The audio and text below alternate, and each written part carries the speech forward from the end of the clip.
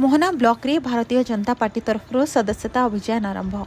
गजपति जिला मोहना ब्लॉक रे आज मंगलवार संध्या 7टा बेले भारतीय जनता पार्टी तरफ सदस्यता संग्रह अभियान आरंभ हो जाइछि। भारतीय जनता पार्टी सभापति जेपी नड्डांकर निर्देश में अभियान आरंभ होता बेले मोहना ब्लॉक विभिन्न गाँ गहली में अभियान जारी रही, जहाँकि आज राज्य ओबीसी मोर्चा कार्यकारिणी सदस्य जितेन्द्र कुमार बेहेरा किसरा धनुपंक प्रतापपुर भली गाँव में सदस्यता अभियान आरंभ करते लोकों को एक नंबर देते 8800002024 नंबर रे मिस कॉल करी सदस्यता हेबाकू निवेदन करथिले।